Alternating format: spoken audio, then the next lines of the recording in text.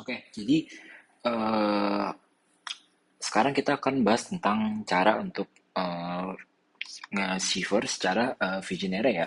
Nah, jadi untuk Vigenère cipher sendiri, kita bakal memerlukan tiga atribut ya. Yang pertama itu adalah plain text, terus kita mau ada key-nya, dan kita mau ada hasilnya gitu, cipher text. Nah, cara gimana? Nah, kita ambil aja plain text-nya apapun itu. Kita misalkan di sini aku contohinnya pakai badut lokal ya.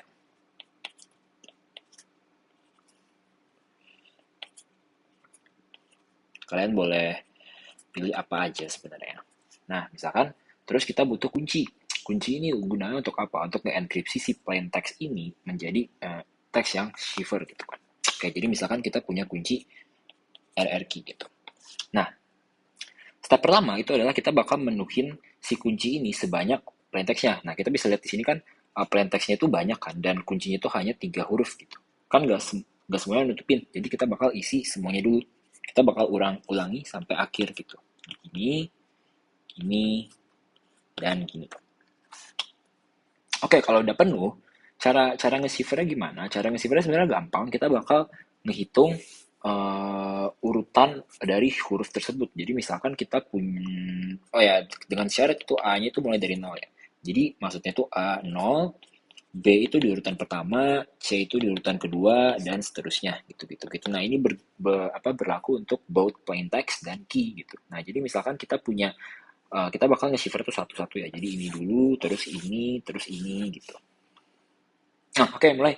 Yang pertama itu kan B, dan kuncinya itu adalah R gitu kan. Nah, B ini kan berada di posisi ke satu ya. Berarti satu. Kita akan tambah dengan posisi si kunci. Kuncinya itu kan R. R itu berada di posisi ke 17 gitu.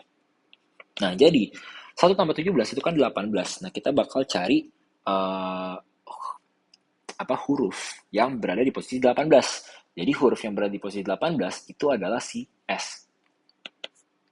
Sebenarnya rumus shifternya itu adalah uh, rumusnya itu adalah kunci dari P ditambah kunci dari key-nya urutannya. Jadi misalkan kunci dari P kan satu, si B ini satu, terus kunci dari key-nya si R ini kan 17 dan di modulo sama 26. Gunanya untuk apa? Kalau gunanya untuk apa di modulo 26? Kalau misalkan penjumlahan dari si kunci ini melebihin 26, alfabet kan ada 26, kita nggak akan kesusahan nyari sesuatu yang out of bound gitu. Misalkan kita hasil penyebabnya 27 kan nggak ada kan huruf di urutan ke 27, makanya kita modul 26. Cuman kalau misalkan dia masih kurang dari 26, harusnya aman-aman aja gitu. Nah, jadi kita udah selesai nih nge-cipher B sama R. Jadi hasilnya itu adalah S. Jadi kita dapat nge-cipher B dan R itu hasilnya adalah S. Nah, kita bakal ulangi dia sebanyak ya sampai habis gitu. Kita bakal ulangin aja sampai letter plain text-nya itu berakhir. Nah, jadi lanjut, misalkan A, kita punya A itu kan berada di indeks ke 0 gitu kan. Berarti kita lanjut lagi, kita punya A itu kan berada di indeks ke 0, dan kuncinya itu adalah si R. Nah, R ini kan berada di indeks ke 7 gitu kan. 17, sorry. R ini berarti indeks 17, ya udah berarti kita 0, kita tambahin 17, karena dia masih di bawah 26, kita nggak perlu modulo, dan hasilnya itu adalah 17 kan. Nah, letter di urutan ke-17 itu adalah R. Kita tulis ini R. Udah jelas kan sampai sekarang, harusnya gampang lah ya. Nah, kita bakal ulangin terus sampai akhir gitu. Nah, kalau sampai dapat akhir, kita punya di sini dapatnya T, L, K, B, terus F, B, Q, dan C. Nah, kita dapat cipher text-nya. Nah, ini adalah untuk proses enkripsinya. Gitu. Nah, selain proses enkripsi, kita juga mau dekripsi juga kan tentunya, untuk ngebalikin cipher text-nya ini menggunakan kunci menjadi plain text. Jadi misalkan kita punya cipher text itu, cipher text-nya berarti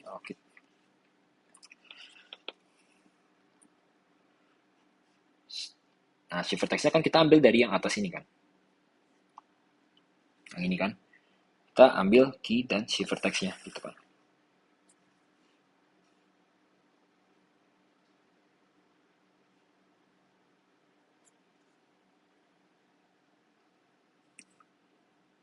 Nah, kita mau ngebalikin nih yang tadinya kita dari plain text ke ciphertext, kita mau dari ciphertext ke plain text gitu. Nah, caranya gimana? Sebenarnya tinggal dibalik aja gitu. Jadi, misalkan kita mau ubah balik ke plain text menggunakan kuncinya, sama aja. Berarti kita isi dulu kuncinya sebanyak ciphertext-nya kayak gini, sama kayak proses tadi, tinggal kita balik. Nah, kalau misalkan kita mau dekripsi, kan kalau misalkan enkripsi kita mau ditambahkan, ditambah terus di mode 26. Nah, kalau misalkan dekripsi tinggal dibalik aja, berarti tinggal dikurang. Berarti ntar kunci dari ciphertext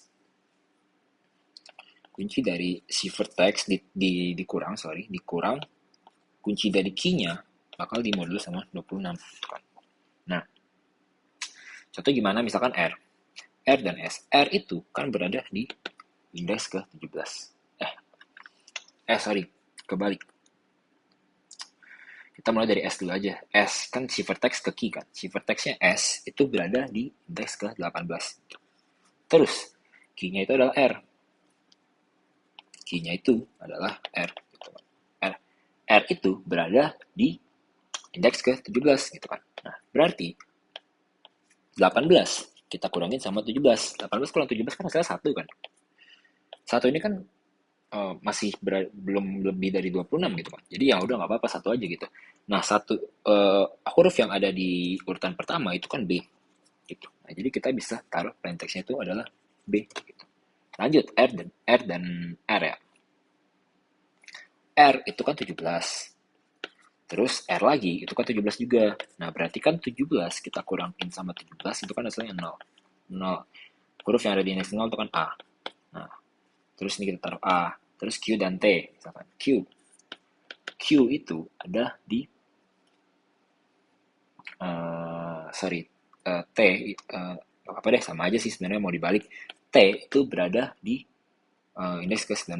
Dan Q itu ada di indeks ke-16 gitu kan. Berarti 19 dikurangin 16 itu kan 3. Ya kan? 3 itu berarti apa? Berarti huruf di indeks ketiga itu adalah D. Nah, ini berarti D. Nah, kita lanjut. Hasilnya kalau kita terusin langsung, kita bakal dapet plain text kita yang di atas tadi. Nah, jadi hasilnya, jadi ini untuk enkripsinya dan yang bawah ini untuk dekripsinya. Gampang kan? Oke, sekian untuk penjelasan dari video dari situ.